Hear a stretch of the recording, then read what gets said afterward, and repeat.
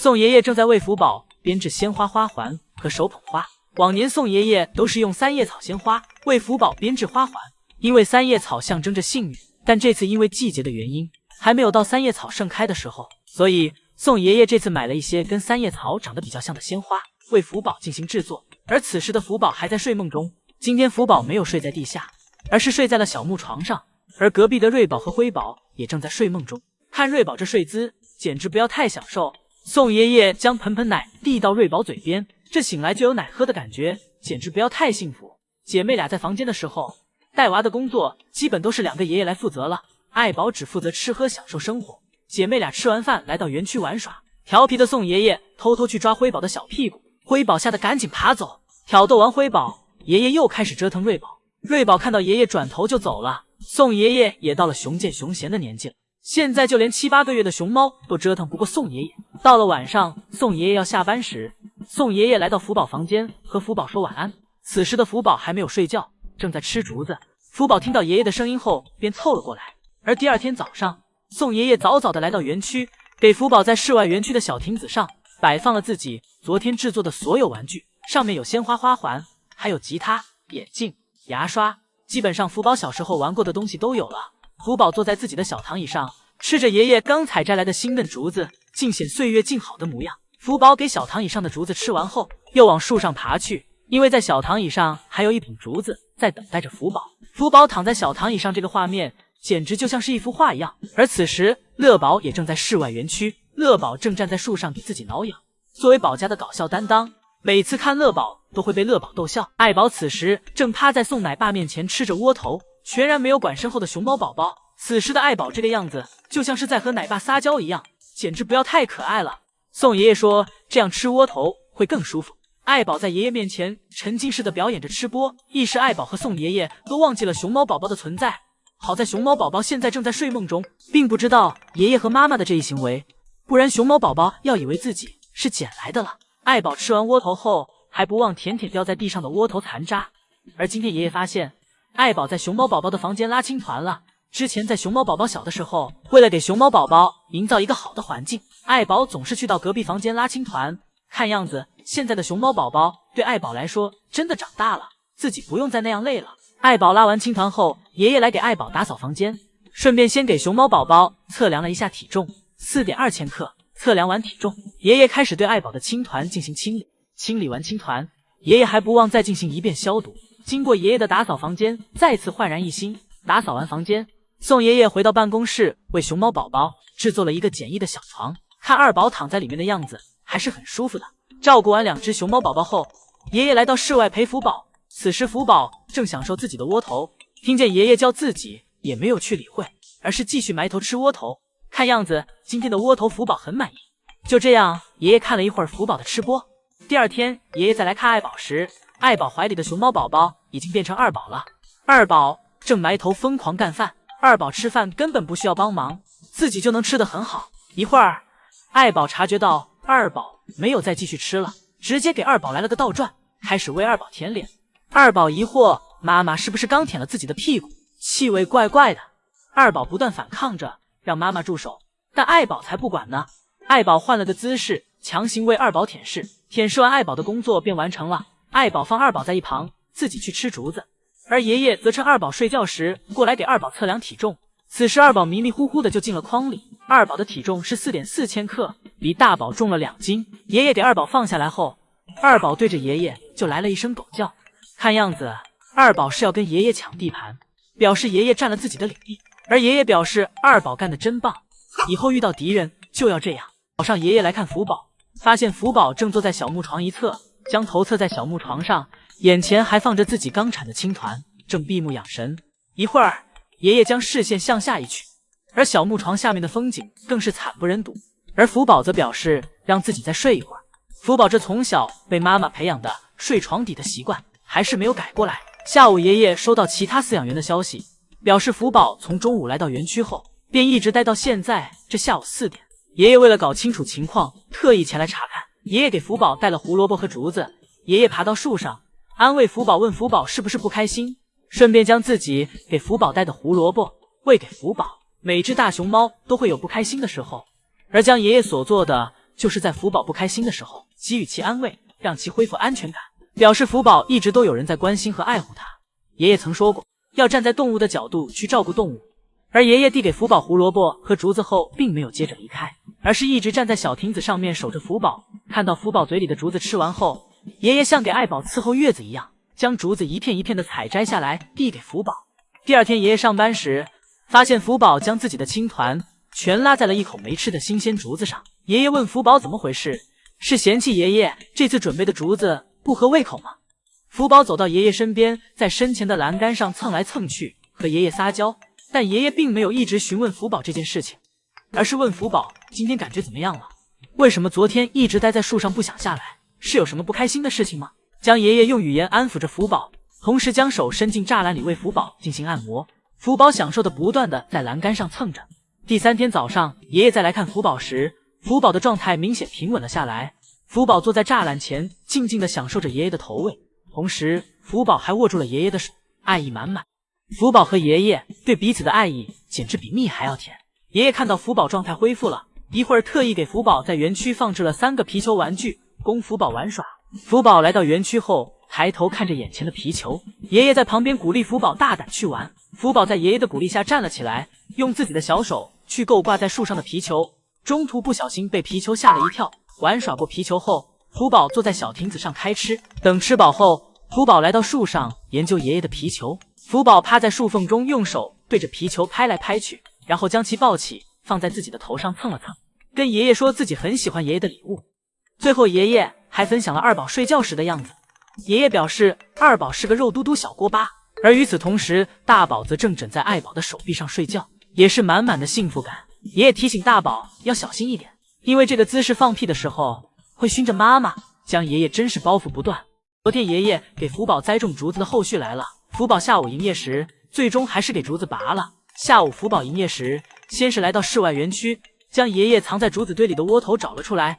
福宝找到窝头后坐了下来，先是将窝头放在嘴里舔了舔。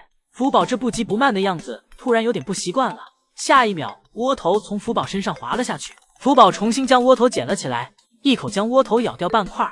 这才是福宝吃饭的风格，大块朵颐着，胃口依旧很好。福宝一口接着一口。福宝细节地舔舐着掉落在肚子上和小木床上的窝头残渣。舔舐完窝头后，福宝将手里剩下的窝头吃完，便来到了小亭子旁的竹子前。福宝盯着竹子思考了一会儿，下一秒就给竹子拔了出来。福宝仔细观察着竹子的每一个部位，福宝仔细挑选着，但看样子福宝好像有点不太满意了，有点没胃口了。福宝手里拿着竹子，东张西望的。福宝看了看小树，一下站了起来，扑在了树上，然后回头看向通道门口，看看爷爷有没有给自己开门。福宝为了看得更清楚，又往前走了2步，然后一个淑女坐在了路中间的树干上，等待爷爷给自己开门。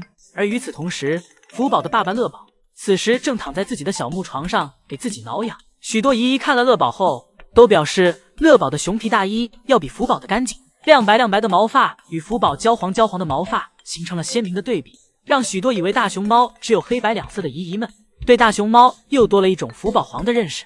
福宝回到室内后，吃了会儿竹子，便来到了小树上睡觉。此时已经5点了，对于6点下班的福宝来说，等一觉睡醒就可以直接下班回家了。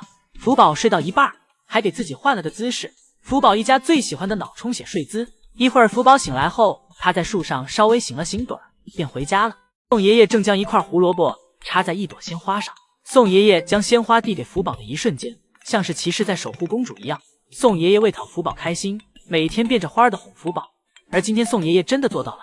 宋爷爷在2020年时提议将爱宝乐园研发的新型玫瑰取名为福宝玫瑰，而爱宝乐园的相关人员也真的采纳了这个建议，并将福宝作为这款玫瑰的名字。爷爷解释道，这款玫瑰与其他玫瑰的不同就在于它几乎没有花香，福宝对气味很敏感，所以只有这种不带花香的花福宝才会喜欢。福宝接过爷爷的玫瑰后，先是将胡萝卜给吃掉，吃完胡萝卜后，福宝好像喜欢上这款玫瑰了，因为它自带胡萝卜。福宝用小手对着玫瑰抓来抓去，查看里面还有没有胡萝卜了。福宝发现没有了，福宝小手无力的给玫瑰松掉了。与此同时，乐宝坐在小木床上也发现了福宝玫瑰。乐宝心想，我得过去确认一下子。乐宝好奇的走到小亭子上，乐宝自然的咬了一口胡萝卜，一边嚼着胡萝卜，一边欣赏着玫瑰。乐宝跟福宝一样，都是先对其闻了闻，然后无情地将玫瑰丢掉。父女俩对玫瑰都不感兴趣。同时临近中秋，宋爷爷打算给福宝和乐宝制作一个礼物。宋爷爷先是将麻绳裁剪成一样的长度，然后在顶端打上一个结，再拿来一个木球将其绑住。宋爷爷将一个制作好的挂在了乐宝的树上，样子看上去像是一个月亮。爷爷呼唤乐宝过来看满月，但乐宝的心思根本不在上面，而是坐在小亭子上享受着自己的大窝头。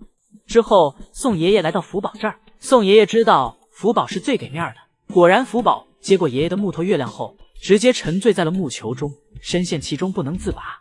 直到一会儿福宝忍不住了，福宝感觉自己要拉青团，撅起屁股就蹲在了自己还没吃的竹子堆里。宋爷爷幽默地表示，福宝正在努力制作着自己的满月。福宝看着爷爷盯着自己拉青团都不好意思了，福宝将头回过去，宋爷爷看出了福宝的意思，立马将镜头向前移去，表示是为了保护福宝的隐私。福宝拉完青团又开始玩起了爷爷的木球。宋爷爷扛着竹子走进福宝的园区，手里还给福宝带了一块大窝头。此时福宝正坐在树上，看着爷爷扛着竹子进来，将竹子和窝头放下。宋爷爷示意福宝记得下来吃东西，之后便离开了。福宝在树上呆坐了一会儿，还抬头看了看天空。福宝坐在树上眯着小眼睛，感觉福宝随时都能睡过去。福宝昨晚肯定又熬夜了，没少被隔壁301住户投诉。福宝黑眼圈越来越重，都成夜猫子了。福宝索性直接爬了下来，防止自己睡着，再一不小心从树上掉下来。福宝惬意地趴在树上，眼睛看向远处，看着看着眼睛就闭上了。等福宝快睡着时，福宝又立马坐了起来。福宝是在和自己的困意做抗争，自己不想睡，但又控制不住自己的眼皮。福宝反复如此，而小木床上的竹子和窝头也没有去吃，直到最后福宝彻底抵抗不住眼皮的重力，趴在小树上小睡了一会儿。中午，宋爷爷又来到了园区，继续给福宝放置着竹子以及胡萝卜。宋爷爷走后关门的声音使福宝醒了过来。福宝坐在树上望着小亭子上的胡萝卜，口水都流下来了，但始终没有挪动屁股从树上下来。福宝最近有点懒到不想吃饭。一会儿姨姨重新排队再来看福宝时，福宝终于从树上下来了。福宝来到小木床上，先是将窝头吃完，然后吃起了竹子。福宝要是再瘦下去，两个爷爷都要内疚坏了。福宝坐在小躺椅上细嚼慢咽地吃着竹子。福宝的状态看上去那就是生活悠闲且自在，不慌不忙不紧不慢地吃着。而与此同时，乐宝也正在营业。乐宝抓着树干一个单臂旋转，去到树上，迷得场外的姨姨们惊叫连连。乐宝则表示基本操作不需要大惊小怪。这父女俩全身上下都是活。宋爷爷今天拿着自己女儿刚送给自己的相机，来到园区给福宝进行拍照。宋爷爷的女儿让宋爷爷给自己多拍一些福宝的照片。福宝这探头探脑的样子，好像对爷爷的新相机也很感兴趣。宋爷爷每拍一张，就会仔细看一下有没有把福宝最可爱的一面拍下来。福宝家和自己家，宋爷爷都要宠着。而此时的福宝为了让宋爷爷好交差，也很配合爷爷，摆出许多可爱姿势给爷爷拍。福宝坐在小亭子上，两个小脚给自己挠着痒，不吵不闹的很是乖巧。爷爷们曾因为福宝的出生为小亭子进行过拓宽，所以一部分看上去格外新，另一部分有许多地方已经被爱宝在之前盘出了岁月的痕迹。福宝在小亭子上玩耍着，一会儿宋爷爷给福宝拿来一根竹竿，福宝被爷爷放进怀里的竹竿吓了一跳。福宝这胆小的性格从小时候就能看出来了。福宝抱着爷爷给的竹竿玩耍着，顺便用来磨磨牙。宋爷爷用相机拍了一会儿，觉得够交差的了，觉得不如手机用起来简单方便，便改用手机继续拍。而福宝从小就对爷爷的手机感到好奇，爷爷拿出手机后，福宝走上前查看，想让爷爷也给自己玩一会儿。爷爷表示福宝还小，现在只能玩竹子。爷爷将竹子再次递到福宝的面前，福宝不满足于此，给竹子丢到了地下。爷爷将竹子捡起来后，让福宝再自己玩一会儿，自己去叫福宝的妈妈爱宝来陪福宝。一会儿，就在福宝偷偷啃咬妈妈窝头时，福宝的妈妈从福宝身后走了过来。爱宝走过来后，没看到自己的窝头，却看到福宝在鬼鬼祟祟的。爱宝在福宝怀里发现了自己的窝头，爱宝拿过窝头后开始享用，福宝则假装刚才什么也没发生。福宝为了不打扰妈妈，自己在一旁玩着。福宝在栏杆下折腾来折腾去，在掉下去的边缘徘徊着。福宝啃着自己的小手，学着妈妈吃饭的样子，问妈妈自己学的像不像。爱宝埋头干饭，没空搭理福宝，不然一会儿揍福宝时没力气。双胞胎熊猫宝宝的名字到了最后投票阶段，爷爷分别用4组名字演绎了4个情景短剧。这是爷爷此时假装喊明宝、狼宝回家。爷爷对着树上的2只玩具熊猫表示，爱宝妈妈已经在室内喊明宝和狼宝回家了，爷爷让其快下来。爷爷表示，姐妹俩这不想下班的样子像极了福宝姐姐，因为福宝姐姐小时候就喜欢到了下班点不回家，而爷爷只好走到树前去接姐妹俩。而第2组名字是瑞宝和辉宝。这次爷爷扛来了竹子，表示妈妈已经做好饭了，在等他们回家吃饭。爷爷将竹子放在了小亭子上，这时瑞宝和辉宝突然抓住爷爷，要爷爷陪他们玩。爷爷把2只熊猫公仔粘在了鞋上，像是2只熊猫宝宝强行要爷爷留下来陪自己玩的场景，而爷爷则无法反抗姐妹俩的热情。第3组名字是明宝、灵宝。这次爷爷演绎了在室内园区叫姐妹俩回家的场景。这次爷爷将熊猫公仔分别放在了滑梯以及独木桥上，爷爷走上前将其抱在怀里，一边一个。爷爷的想象力真是丰富，给大家提前演绎了到时接姐妹俩回家时所会发生的情况。而第4组名字是灵宝、龙宝。这次爷爷演绎了一场姐妹俩抢夺爷爷手机的画面，姐姐想抢手机，而妹妹则劝姐姐要听话，表示爷爷的手机是很贵的，容易摔坏。大家觉得这4组名字哪一组更好听呢？下午来看福宝，这时福宝刚开始他的吃播表演，福宝吃着窝头眯着眼，太阳光打在福宝身上，福宝整个就是一粉色大熊猫。福宝吃完窝头后，仔细舔舐着掉落在身上的窝头残渣，将窝头全部吃干净。福宝吃起了竹子，福宝抓过一捧竹子来，将上面自己认为鲜嫩的竹叶横扫一空。依依看了5分钟的福宝吃播，便去重新排队了。等依依再回来时，福宝钻到了门口的草丛里。福宝最近好像喜欢上了这个地方，可能这个地方让福宝有包裹感。但自从上次福宝钻进来后，爷爷已经将其全部围上了护栏。依依没看到福宝是怎么进来的。福宝在小树丛里闻来闻去，找寻着什么。福宝闻闻栅栏，闻闻小树，但就是不想出来。一会儿5分钟时间到了，依依赶忙去重新排队，想看看福宝会怎么出来。但最终依依还是没赶上福宝出来时的场景。依依再回来时，福宝已经出来了。福宝来到了冰床上休息，而与此同时，乐宝也正在睡觉。乐宝慵懒地将头搭在小木床上。下午4点左右，宋爷爷开始为福宝安排室外园区。宋爷爷将竹子和窝头分别放在了小木床和小亭子上。一会儿，福宝从室内睡醒后，来到了室外园区。福宝缓缓走到小木床上，抱起自己的大窝头，便开始大快朵颐。一口下去，福宝接着抬起头，防止窝头从嘴里掉出来。吃到一半，福宝又被小鸟的叫声吸引了注意。福宝抬头观察着，判断有没有危险。确认没有危险后，福宝继续埋头吃窝头。最后，福宝还不忘舔舔自己的小手。福宝将自己肚子填饱后，来到了小木床下面，蹲在地上抬头看着天空，拉着青团。福宝这是为了给自己清清肚子，好继续享用小亭子上的竹子。福宝来到小亭子上，手拿一根竹子，找了个舒服的姿势躺了下来。福宝吃着吃着，意识到自己在背对着游客，还懂事的给自己换了个位置，面向游客继续吃，这样可以让游客们更好的看到自己。福宝将小亭子上的竹子横扫一空后，福宝爬到了树上。福宝屁股依靠在树上，小脚和小手搭在前方的树干上。福宝是懂享受的。一会儿，宋爷爷来到园区，为福宝收拾吃剩的竹子。将竹子搬走后，宋爷爷拿来扫把给福宝清理园区。这把扫把是宋爷爷用福宝吃剩的竹子制作的。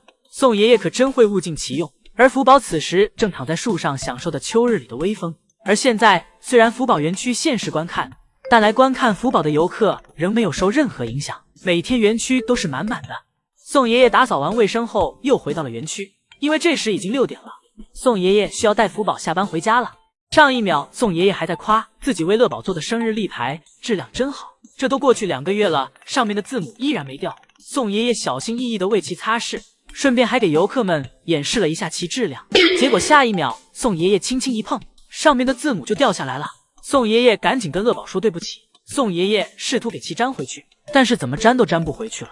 宋爷爷去到饮水盆前沾了点水之后，宋爷爷再做尝试，没想到还真给其粘回去了。就在游客们疑惑这是什么神奇的胶水时，一会儿乐宝来到园区，只是用鼻子碰了一下爷爷刚才粘的字母就掉下来了。宋爷爷真是棋高一招，乐宝被迫背锅，乐宝愧疚地低下了头。与此同时，呆萌的福宝正坐在自己的小亭子上乖乖地吃竹子，并不知道刚才爸爸那儿所发生的事情。福宝吃完竹子来到树上，福宝用自己的小脚给自己挠着小嘴，四脚兽可真是省力。福宝给自己挠完痒，又开始了背部的挠痒。挠完痒，福宝乖坐在树上，看着窗外一直盯着自己的姨姨们，有了一点些许的害羞。福宝打了个哈欠，问姨姨们自己张大嘴的样子，你们害不害怕？而乐宝这似乎已经将刚才立牌的事情忘记了。乐宝正惬意地躺在树上吹着风，享受着秋日里的阳光。乐宝盯着通道门口，看到通道门口打开，乐宝便第一时间从树上下来，开开心心地跑去了室内，顺便表示让姨姨们也早点回家吧。除此之外，姨姨今天还拍到了福宝是如何爬到围栏里的。福宝完全无视了栅栏的存在，自己的前掌进去后，便代表着自己已经进去了。这个栅栏里面的小空间相当于福宝的秘密基地，而接下来要想让福宝出来，只能等爷爷拿胡萝卜或窝头来哄了。宋爷爷正在偷偷记录着福宝爬树时的样子。宋爷爷小声跟姨姨告状，说福宝又让自己加班了。此时宋爷爷正站在门口，等待福宝在树上玩够了从树上下来，但结果福宝不但没有从树上下来，反而又坐在树上打起了盹儿。爷爷没有办法，只能干等。爷爷拿来扫把给福宝打扫着园区，仔细为福宝清理着福宝的小木床。而今天的这个竹子扫把，其实爷爷做了2把，另一把则在乐宝那里。今天早上乐宝一大早就收到了爷爷给自己准备的大扫把玩具。乐宝仔细闻了一下竹子扫把，感觉气味还不错。乐宝拿起大扫把，对着扫把就是一大口。乐宝一口就将其咬断了，但是味道并不是很好。乐宝给扫把转了过来，尝了一口扫把头上的竹叶，只是尝了一口，乐宝就给其丢到了一边，心想这是什么竹子？是熊能吃的吗？然后潇洒转身离开，跑回了家，一点也不委屈自己。乐宝走后，宋爷爷来到园区，在为乐宝打扫卫生时，发现许多姨姨在拍自己。宋爷爷也拿出手机，反向拍姨姨们。宋爷爷和游客们玩得不亦乐乎，但宋爷爷殊不知自己白天有多开心，晚上就有多痛苦。宋爷爷为福宝打扫完园区后，福宝依旧没有要下来的意思。宋爷爷站得都累了，于是便坐在了福宝的小木床上，继续苦等福宝从树上下来。这时天色已经明显变黑，而福宝室外园区里面的灯也都已经打开了。宋爷爷在下面不断哄着福宝，毕生所学的夸赞词汇都用上了。福宝看到爷爷诚恳的眼神，同意了爷爷的请求。福宝从树上慢慢往下爬，但爬到一半，福宝一转头，宋爷爷离开了。福宝坐在树杈中又不动了，宋爷爷又折返了回来，继续看着福宝。福宝这才继续从树上往下爬。福宝从树上下来，站在小亭子上，观赏着园区里面的灯光，灯光照在福宝身上，多了些许温馨。福宝欣赏完园区的傍晚风景后，这才朝爷爷走去，跟着爷爷乖乖回了家。爱宝对福宝爱到想把福宝吃掉，但又舍不得。爱宝轻轻咬着福宝的皮毛，表达着自己的爱意，但福宝只觉得妈妈这样咬自己，让自己很痒。福宝痒得受不了，钻到了妈妈的怀里，而这正合爱宝的意，这样可以更好的和福宝贴贴了。福宝被妈妈压在怀里，头上的褶子都快被压出来了。一会儿，福宝趁妈妈不注意，自己偷偷从树上溜了下去。而爱宝这时也困了，躺在树上睡了会觉。福宝自己来到了独木桥上，福宝趴在上面自顾自地玩着。每每看到福宝这惬意的样子，我才明白福宝的小时候是有多无忧无虑。从小和妈妈生活在一起的福宝，不管是吃饭、睡觉、玩耍，都是陪伴在妈妈的身边，是爱宝一手将福宝抚养长大。爱宝每天对福宝言传身教，虽然爱宝喜欢揍福宝，但将爷爷解释这是在教福宝自保的手段。但福宝这完全将身体贴在地上拉青团的姿势，爱宝连连摇头表示这不是自己教的。福宝小眼睛向上看去，像是在说这可是自己自创的。除此之外，就连福宝吃竹子的样子也都是学着妈妈的样子来的。母女俩这坐在小木床上一起吃竹子的模样简直神同步。不过福宝对于吃竹子的姿势喜欢举一反三，看福宝这躺在滑梯上的样子，绝对又是自己自创的，爱宝根本学不来。福宝慵懒地躺在上面，像是一个老大爷的模样。爱宝看到福宝这个样子后，让福宝坐起来好好吃饭，这样容易不消化。而福宝健康长大，也不能忘了2个爷爷的辅助。比如从小宋爷爷就教福宝玩石头剪刀布，但福宝总是输，玩到最后福宝生气的都想咬爷爷了，表示爷爷也不知道让着人家女孩子点。玩输了的福宝撒娇的躺在床上，表示自己不玩了。宋爷爷急忙向福宝道歉，给福宝按摩，福宝表示自己生气了，哄不好的那种，不想让爷爷碰自己。而江爷爷这则是全方位教导福宝，教导福宝吃饭时要面对游客，吃窝头时要抬起头，礼貌的这方面都是从江爷爷这儿学来的。福宝的小时候真是在蜜罐里长大的，是江爷爷年轻的时候。此时的江爷爷正在学习如何照顾大熊猫，当然并不是福宝一家，而是1994年第一批去韩国的大熊猫明明和丽丽。这是韩国新闻在报道明明和丽丽去韩国的消息。一名就是现在照顾福宝一家的江爷爷。这时的江爷爷明显是一位年轻帅小伙，而就从此时开始，江爷爷命运的齿轮开始转动。江爷爷殊不知自己的后半生便与大熊猫结缘。那时明明和丽丽的小零食则是一种营养汤，由鸡蛋和营养粉制作而成。江爷爷解释道，是因为冬天竹子质量下降，所以需要为其通过营养汤来补充他们身体所需要的其他营养。看明明和丽丽喝营养汤的样子好像很过瘾，最后甚至还要舔舔自己的碗，一点也不想浪费。而江爷爷每天都是一边照顾明明和丽丽，一边进一步的去学习照顾大熊猫的知识。很快时间到了饲养员们期待已久的明明和丽丽相亲的日子，但是这次相亲并没有成功。但好消息是，明明和丽丽俩熊在一起时玩得很开心。而到了1998年，由于国际货币基金组织危机，明明和丽丽返回了中国。之后明明和丽丽回国后，江爷爷去看过他们。那时江爷爷为了照顾后来的大猩猩，留了一脸的胡子。明明和丽丽回国后不久，相关人员发现明明和丽丽没有成功生育的原因，原来是因为明明和丽丽都是小公主，因为大熊猫在4岁之前是很难区分男女的，所以才造成了这一误会。直到看见福宝探着小脑袋仔细听游客吵架的声音，我才知道原来大熊猫也喜欢听八卦。此时画面是非静止状态，福宝将手里的竹子放下，小手合十放在一起，仔细聆听着外面的声音，小耳朵还一动一动的，不知道韩国人吵架福宝到底听不听得懂。一一观看了5分钟福宝听八卦的模样，然后重新去排队。一会儿一回来时，福宝来到了通道门口，等待爷爷给自己开门。福宝营业累了想回家了，福宝在门口坐着坐着不小心睡着了。此时通道门已经打开了，一会儿不知道福宝是不是听到了姨姨们叫自己的声音，福宝醒了过来，但福宝依旧没有急着回家，可能是门口处于通风口的位置比较凉爽，福宝只是想坐在这里休息一会儿。